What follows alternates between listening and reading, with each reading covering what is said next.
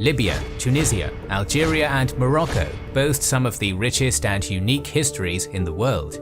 Here is the home of an enigmatic tribal people who inhabited the region for thousands of years, deeply influenced the fates of ancient empires, and centuries later would embrace the Islamic faith on their terms to become some of the most powerful peoples of the medieval Mediterranean.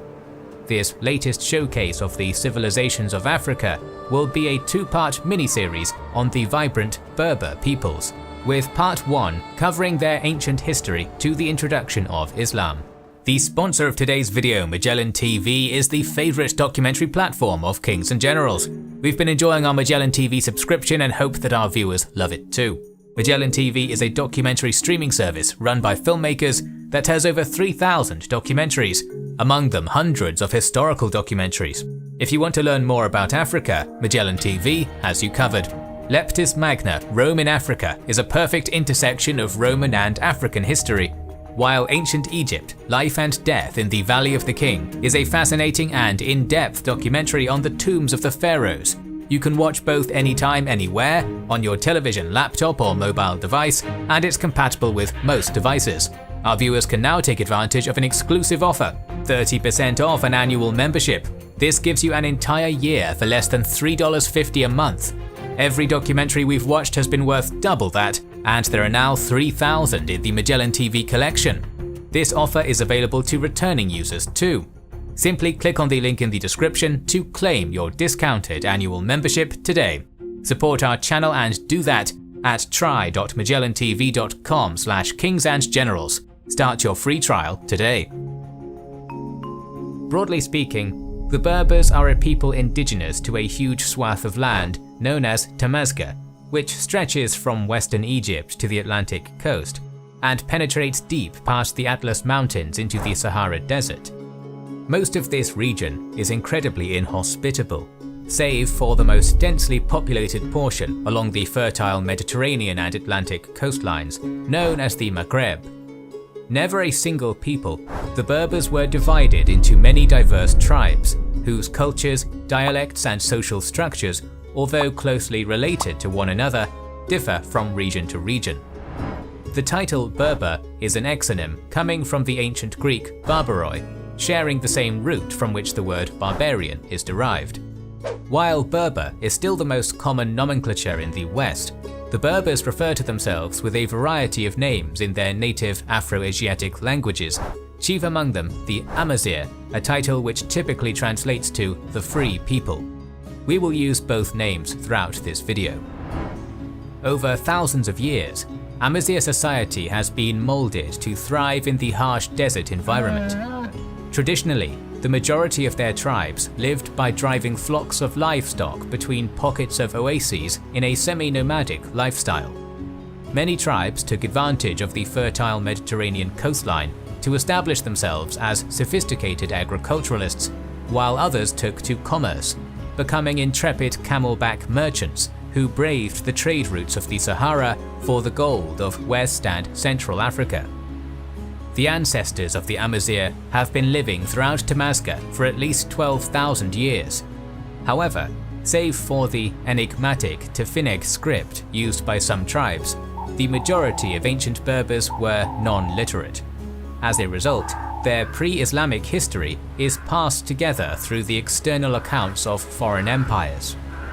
The Amazigh first appear in the historical record more than 3,000 years ago in the ledgers of the New Kingdom of Egypt, who frequently interacted with the ancient Libyans, a Berber people. Ancient Egyptians depicted their Western neighbors very differently to themselves, usually as tattooed, bearded and pale-skinned men, and tended to look down upon them as little more than primitive, oasis-hopping goat herders. Despite that, we know that they served in the armies of Ramses as horsemen, and their largest tribe, the Meshwesh, even managed to conquer parts of Egypt in 945 BC, establishing themselves as pharaohs of Egypt's 22nd and 23rd dynasties until they were pushed out 200 years later. In 814 BC, Phoenicians from Tyre established the city of Carthage on the coast of modern-day Tunisia. In time, this oligarchic merchant state would expand its control over much of the Berber-dominated African coast. Some Berbers resisted Carthaginian rule, while many others did the opposite, enrolling in Carthage's mercenary army. Whatever their allegiance, the lightly armoured Amazigh mounted javelin throwers became famous throughout the Mediterranean for their mobility, speed, and deadliness. Another classic civilization to come into contact with the Berbers was the ancient Greeks, who in the 7th century BC colonized Cyrenaica. The name of the region derives from a legendary lion-hunting Berber warriors known as Cyre, who according to tradition became a protector of the Greek colonists. The Greeks in their walled coastal cities intermingled with the Berber around them, sharing many aspects of their cultures with one another. The Berbers were traditionally a polytheist people, with a pantheon deeply influenced by the Phoenicians, Egyptians, and Greeks. However, the native Amazigh religion also influenced those civilizations, as Herodotus claimed that quintessential characters from Greek myth, like Medusa, the Gorgons, and even Poseidon himself, had roots among the folklore of the Berbers, while early 20th century scholar Dr. Wallace Budge asserted that the Egyptian god Osiris had his origins among the native tribes of Libya. Another prominent aspect of the Berber faith was ancestor worship. A later Roman author, Pomponius Mela, claimed that the Berbers considered the spirits of the dead to hold great power. Today, the remnants of great mausoleums throughout the Maghreb coast are a memory of a time when the Amazigh people looked to their forefathers for spiritual guidance. Let us now step back into the march of history by jumping into the 3rd century BC, when the iconic Punic Wars erupted between Carthage and Rome. Various Berber tribes fought alongside both Mediterranean superpowers. Despite the best Alp-crossing efforts of Hannibal, the Carthaginians were decisively defeated in the Second Punic War, losing all their territory outside of their Tunisian heartland. The victorious Romans bequeathed much of the North African coast to the Amazigh tribes that had been allied to them. These tribes subsequently went on to form the United Kingdom of Numidia. This kingdom, alongside the neighbouring kingdom of Mauritania, became the first true states in the Berber homeland to be ruled by the Berbers, as opposed to being ruled by foreign empires or divided into smaller tribal units as the Amazigh so often were. Harmony between Rome and the desert dwellers did not last long, and in 112 BC, war broke out between the expanding republic and the charismatic King Jugurtha of Numidia. Although the Amazigh monarch used clever diplomacy and his warriors fought bravely, employing guerrilla tactics, they were ultimately defeated by the Romans under Marius and Sulla. This kickstarted the Roman conquest of the Berber coast, a protracted effort that was completed only when Mauritania, already a Roman client state, was fully subsumed into the empire in 44 AD. During Roman rule, many Amazigh integrated themselves into their culture, and from the 3rd century AD, many Berbers converted to Christianity. Among these was Augustine, bishop of the African city of Hippo, who was one of the most influential Christian church fathers of all time, and laid the foundations of Western Christian philosophy that deeply impact the Catholic world to this day. In the 5th century AD, the western half of the Roman Empire began to crumble, allowing the Germanic Vandals to conquer parts of North Africa. During this turmoil, the Amazigh were able to establish several small indigenous kingdoms in former Roman territory, worshipping a mixture of Christianity, Judaism, and traditional Berber polytheism. Many of these kingdoms persisted even after the Eastern Roman Empire reconquered the African coast in 534. However, this independence would be short-lived, as in the faraway deserts of Arabia, a new power was rising. By the time of the Prophet Muhammad's death in 632, his followers had conquered all of Arabia. Nearly immediately afterwards, the Muslims would storm out of their homeland as some of the most efficient conquerors in world history. In 641, the armies of Caliph Umar had conquered Byzantine Egypt and quickly turned their gaze westward to the fertile coasts of the Maghreb. the Muslim conquest of North Africa was a long and grueling process that began in 647 and was only completed a full 62 years later. Throughout it all, the Amazigh put up brutally stubborn resistance. Unlike the Eastern Romans, the native tribesmen were well accustomed to the fast-paced desert warfare of their Arab foes and were able to match them toe-to-toe. Perhaps the greatest symbol of Berber resistance was the warrior queen Dahia, who crushed an army of the nascent Umayyad Caliphate near the town of Meskiana in 698. Nevertheless, she was defeated at the Battle of Tabaka, and with her death, the lands of the Berbers were quickly conquered, becoming the Umayyad province Ifriqiya, from the word Africa that the Romans used for the same region. Ironically, the tribal warrior lifestyle that made the Amazigh such fierce foes also allowed them to integrate seamlessly into the new Muslim world. Berbers converted to Islam en masse, but for the most part this conversion was nominal at best, and despite professing a new faith, the Amazigh retained many attributes of their languages, social structure, and many traditional practices. The Muslim force that crossed the narrow sea and famously conquered Visigothic Iberia in 711 was predominantly Amazigh in origin. In fact, one of its principal commanders, Tariq ibn Ziyad, was of Berber extraction. His name lives on in the modern-day city of Gibraltar, whose name is a corruption of the Arabic word Jabal Tariq, meaning Mountain of Tariq. It was also during this century that the Trans-Saharan trade network began expanding, linking the Arabic world to sub-Saharan Africa, which subsequently introduced the Muslim faith to many communities in West and Central Africa, such as the powerful Empire of Ghana. Despite all this, the Amazigh were undoubtedly a subject people. While in theory, the Quran holds all Muslims equal under God, the Berbers soon found that in practice, they were still second-class citizens compared to the Arabic elites.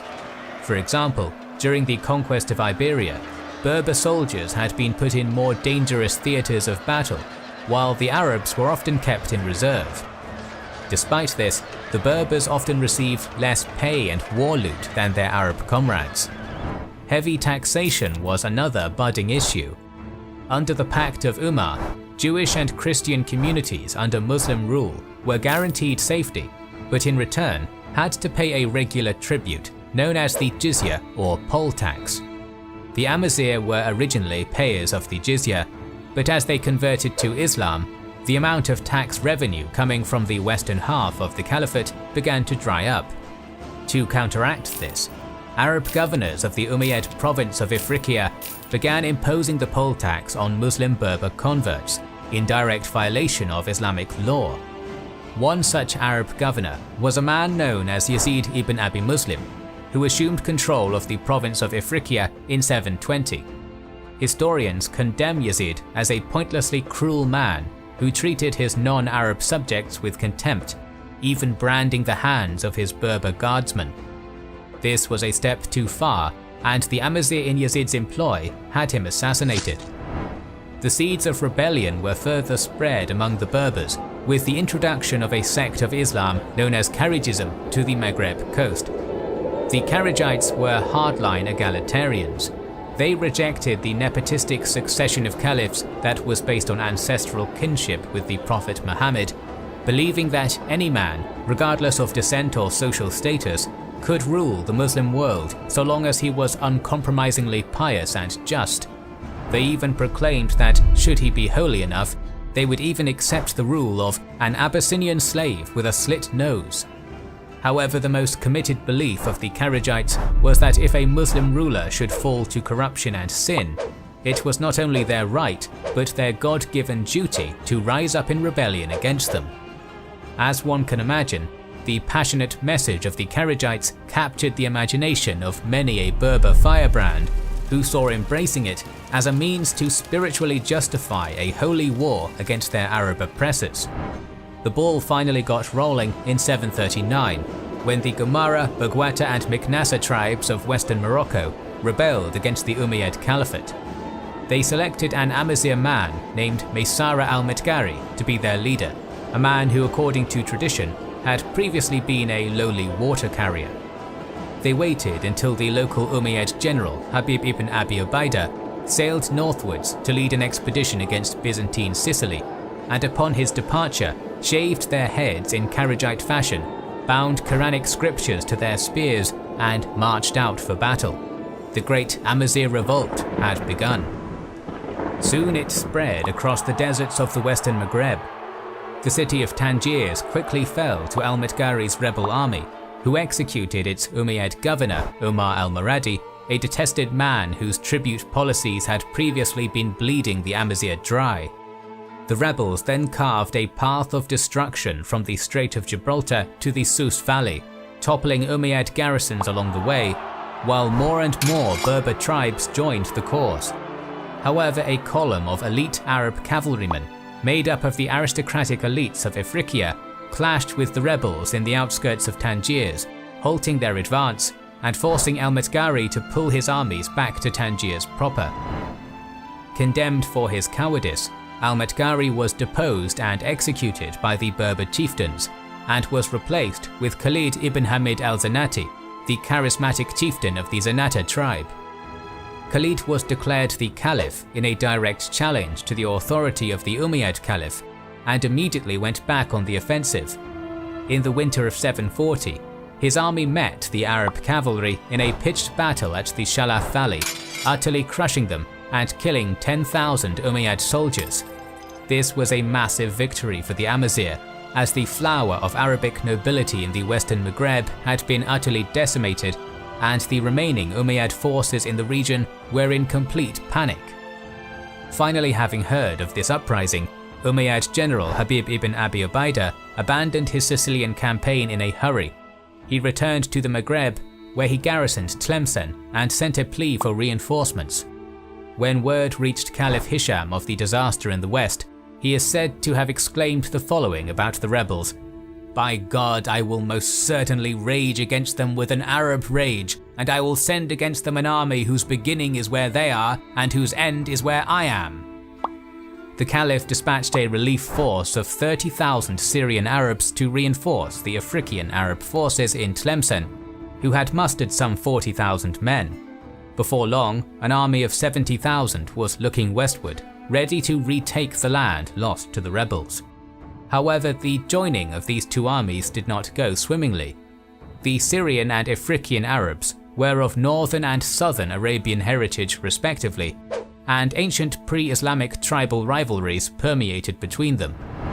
Despite their internal enmity, the Umayyad army marched out in October of 741, meeting their foe at the town of Bagdura on the Cebu River. By now, the rebel Amazigh army had grown to a massive size, with some sources claiming that over 200,000 Berbers had joined the cause. It should also be noted that most of these were not professional soldiers, but laymen armed only with stones and knives, making the figure more plausible. The African Arabs, having faced the Berbers in battle before, knew not to underestimate their foe, and warned the Syrians to avoid open battle. This warning was ignored by the Syrians, who believed the rebels to be little more than a disorganized rabble that would break upon the impact of a heavy cavalry charge. However, anticipating the oncoming horsemen, the Berber forces skirted around the enemy steeds, using slings and spears to bring down their riders. The rebels then tied bags of water to the tails of wild mares, driving them mad, before sending them stampeding into the main line of Arab infantry, which prevented them from reinforcing their overextended cavalry. The Caliphate's cavalry was eventually encircled and massacred, while the infantry was overwhelmed by the sheer number of the Amazighs. Nearly 40,000 Umayyad troops were massacred at the Battle of Bagdura, making it one of the most disastrous defeats in the Caliphate's history. News of this victory at Bagdura encouraged more and more Berbers across the Umayyad realm to rebel. In Islamic Iberia, Amazigh soldiers stationed on the northern frontier abandoned their garrisons to wage war on their Arab masters in Toledo, Cordoba, and Algeciras. This revolt was eventually crushed, but it did allow King Alfonso I of Asturias to take advantage of the unrest and double the size of his domain, kickstarting one of the earliest stages of the Christian Reconquista. Meanwhile, the gains of the Amazigh back in North Africa were put to a halt when they failed to take the provincial capital of Kairouan in 742, allowing the Umayyads to retain control over the eastern Maghreb. Nevertheless, the Great Amazigh Revolt had secured the freedom of Morocco and its environs. This would be the first time in history that the Caliphate suffered major territorial loss, and the first time that an independent Islamic entity existed outside of the Caliph's authority. The Amazigh people had regained control of their own destiny, forging a patchwork of native emirates in former Umayyad territory. This, however, was only the beginning. In the centuries that followed, the ancient and ambitious tribesmen of North Africa would expand and unite under their own unique brands of Islam, forging some of the most powerful empires in African history. In the second part of our history of the Berbers, we will cover the rise of the mighty Zirid, Almoravid and Almohad dynasties, so make sure you are subscribed and have pressed the bell button to see the next video in the series. Please consider liking, commenting and sharing, it helps immensely. Our videos would be impossible without our kind patrons and YouTube channel members, whose ranks you can join via the links in the description to know our schedule, get early access to our videos, access our Discord and much more. This is the Kings and Generals channel, and we will catch you on the next one.